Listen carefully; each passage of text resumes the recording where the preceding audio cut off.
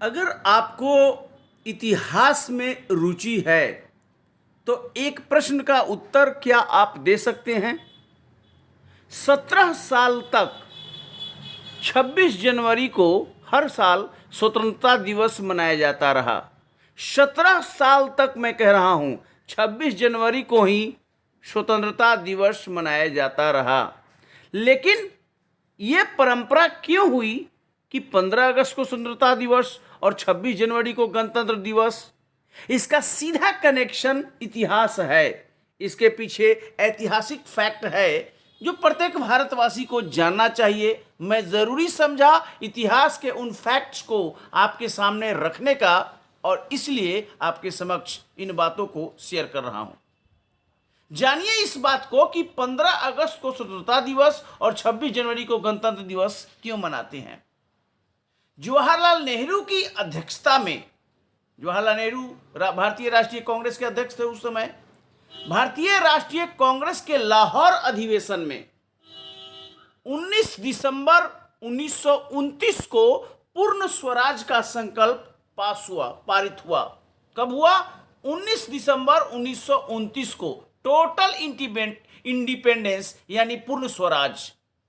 और यह भी कहा गया कि अगले साल स्वतंत्रता दिवस मनाया जाएगा, पूर्ण स्वराज दिवस मनाया जाएगा। 2 जनवरी 1930 को 2 जनवरी 1930 को यानी ठीक कुछ ही दिनों बाद कांग्रेस वर्किंग कमेटी ने एक निर्णय लिया और उसके अनुसार 26 जनवरी 1930 को पूर्ण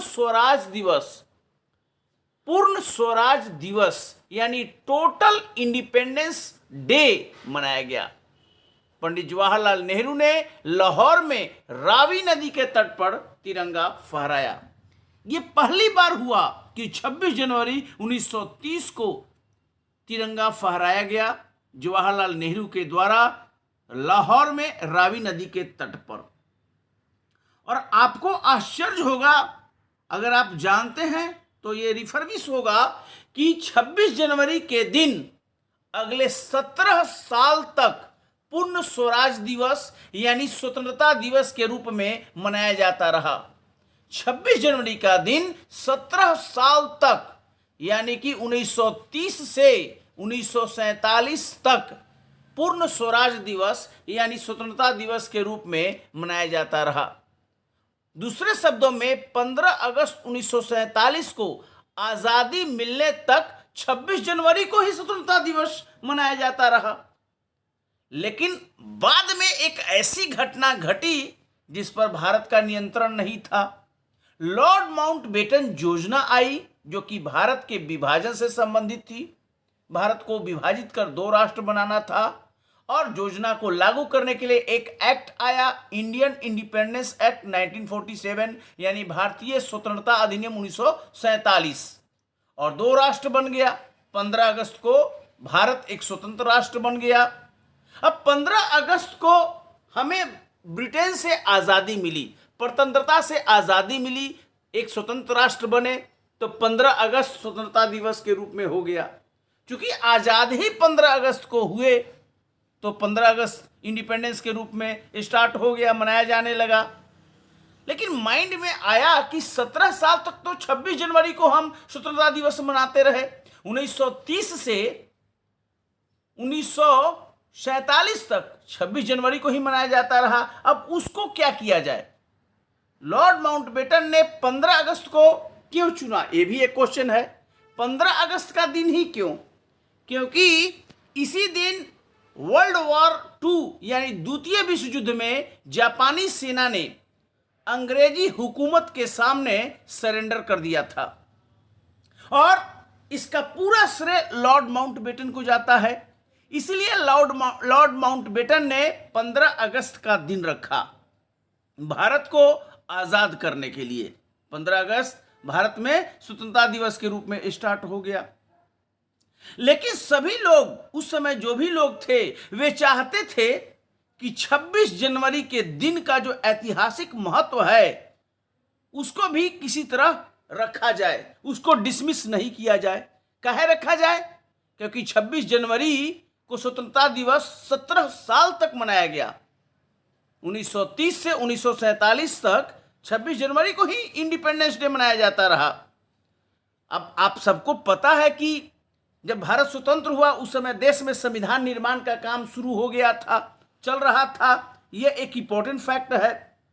और जब 26 नवंबर 1949 को भारत का संविधान अंतिम रूप से बनकर तैयार हो गया, 26 जनवरी 1949 को भारत का संविधान फाइनली रेडी हो गया, तो क्या आपको पता है कि 2 महीने का वेट क्यों किया गया, इंतजार क्यों किया गया? 26 जनवरी गणतंत्र दिवस के रूप में मनाया जाने लगा। क्यों? 2 माह का वेट इसलिए किया गया कि वो जो 26 जनवरी की इतिहास थी, इसी बहाने वो कायम रहे। अगर हम भारत चाहता तो 26 नवंबर को ही गणतंत्र दिवस हो जाता। 26 नवंबर 1949 को ही देश का संविधान लागू हो गया, लेकिन वेट किया गया संविधान को पूर्ण रूप से लागू करने के लिए। 26 जनवरी 1950 को भारत का संविधान पूर्ण रूपेण लागू हुआ। ऐसा जानबूझकर किया गया और इस प्रकार 26 जनवरी की ऐतिहासिक विरासत कंटिन्यू रहा, आज भी होगा और ये गणतंत्र दिवस के रूप में मनाया जाने लगा। 26 जनवरी 1950 को 10:18 पर भारत एक गणतंत्र राष्ट्र बना। और गणतंत्र का क्या मतलब होता है? जिसका हेड निर्वाचित हो। और भारत का हेड कौन? भारत का संवैधानिक हेड कौन है? राष्ट्रपति। और भारत का राष्ट्रपति कैसा है? निर्वाचित है। इसलिए भारत एक रिपब्लिक है, एक गणतंत्र है। ठीक 6 मिनट बाद 10:24 पर डॉक्टर राजेंद्र प्रसाद ने भारत के पहले राष्ट्रपति के रूप में शपथ लिया। 10:24 पर और डॉक्टर राजेंद्र प्रसाद बग्गी में बैठकर राष्ट्रपति भवन से बाहर निकले और उन्होंने पहली बार सेना की सलामी ली और पहली बार डॉक्टर राजेंद्र प्रसाद देश के राष्ट्रपति को सेना ने गार्ड ऑफ ऑनर दिया। गणतंत्र दिवस का कार्यक्रम इसीलिए 26 जनवरी को शुरू हो गया। आप सब ये भी जानते हो कि गणतंत्र दिवस 23 जनवरी से अब शुरू होता है कार्यक्रम। 23 जनवरी नेताजी सुभाष चंद्र बोस की जयंती होती है और उसी दिन से गणतंत्र दिवस समारोह का कार्यक्रम शुरू हो जाता है।